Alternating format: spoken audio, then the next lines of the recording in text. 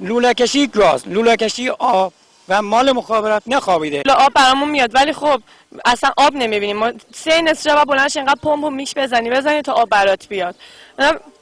ممنونم. آب اونجور از اون آب است که حالا مزه‌ش هم حالا خودتون میدونید چه مزه‌ای میتونه داشته. اهل کدوم روستا هستید؟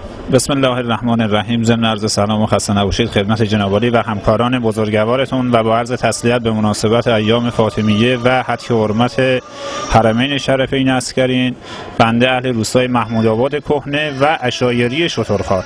عزیزانه درخواست دارم به این ملت، هیچ فرق نمیکنه، ما هم برادر کوچیک اینا هستیم، اینا هم خواهرای اونا هستن. بقول یه پیرمرد پدرونه. خود شما چه درخواستی داری؟ من درخواست آب دارم. من درخواست آب دارم. من فقط درخواست آب دارم. من نمیتونم یه زن ما نگهش میداریم، اعمال قانون میکنیم و متوقفش میکنیم، میخوابونیم و مجازاتش میکنیم. فرض من از خیلی شرایط دیگه هم باید بزنم، از خیلی وقت دیگه مثلا وای من قاطی کردم ببخشید. این منطقه رو به طور کامل برای بینندگان معرفی کنید و بفرمایید که ما الان دقیقاً کجاست. این والا شوچه شقایی الان چیزای خیلی مشکل داره. فارسی می صحبت نمی‌کنی؟ آره. فارسی صحبت. آره دیگه خیلی مشکل داره. این شوچه دیدید چجوریه الان؟ لجن خونه ها الان تکمیل شده یا نه؟ 40%. بسم الله الرحمن الرحیم.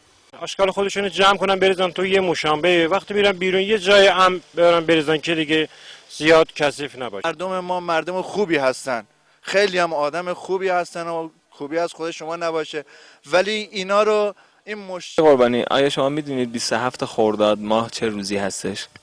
روز جمعه است. 27 خرداد ماه 20 بهمنه. شوراهای قبلی امامه منم انداختن. نمیدونم شما حساب کن چهارباغ چقدر مصرف داره. این آبم چیز غذا میذاره، غذا نمیپزه، نمیدونم علتش چیه. ما 120 من حقوق میگیریم. آبش دیرپزه. آره دیرپزه. سر کوچه خودمون دیدم در حیاتمون کمی بازه، خانومم پشت در تو حیات نشسته و مهمونایی هم که اومدن همه خوابن، اشاره کرد به من بیا. یه نفر هول شد رفت داد، بقیه ندارن که بدن، حالا با چیکار کنن؟ شما اینو با ما بگید. باقی هول نشن نده. بله. نگیم غیبت نکنیم، تهمت نزنیم، مال مردم رو نخوریم، حجابمون رو رعایت کنیم، جایی که نباید نشون نامحرم بدیم ندیم. برای خانم‌ها خیلی سنگین‌تر شده چون جنگ الانی که ما داریم جنگ پشت هستش، قبلا روبرو بوده، جنگ روبرو راحت‌تر هست. مایه‌ای که یک کشور داره، ما از اونا میتونن از ما استفاده بینه کنن، ما اجازه میدیم این استفاده از ما کنن. از زمانی هم که این مترو رو زدن، این پل زیر گذر رو زدن، چند تا دخترای ما رو، زنای ما رو، مردای ما رو لختشون کردن، صدمه بهشون زدن. حادثه‌ای که حتی 20 سال پیش هم اتفاق افتاده بود، بعضی از مسئولین ما رو بیدار نکرده. نکردن دیگه. اگه میکردن که اینطور یک کاری میکردن اینطور نمیشد. چند وقت این حمام مخروبه تو این منطقه است و چه مشکلاتی برای خود شما که ساکن این منطقه هستید به وجود آورد؟ بسم الله الرحمن الرحیم. سلام عرض میکنم خدمت حضار محترم و آقای شهرام و حاج آقا اینا تشریف آوردن اینجا از پاسگاه. شما هم زحمت کشیدین. ما بچه همینجا هستم.